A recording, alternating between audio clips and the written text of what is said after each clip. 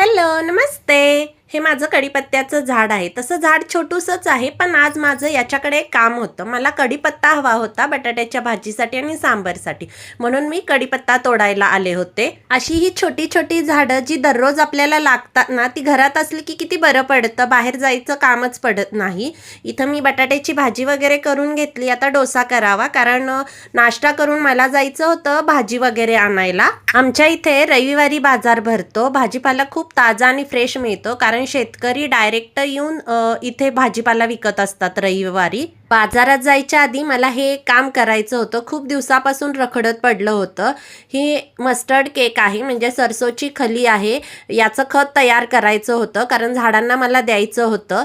आता मी बाजारातून जाऊन आले आहे. ही काय भाजीपाला फ्रेश फ्रेश आणला. आणि आणखी एक गोष्ट आणली आहे जी ट्रेंडिंग सुरू आहे. हे बघा, हे तुम्हाला कसा वाटला माझा ब्लॉग मला नक्की कमेंटमध्ये सांगा.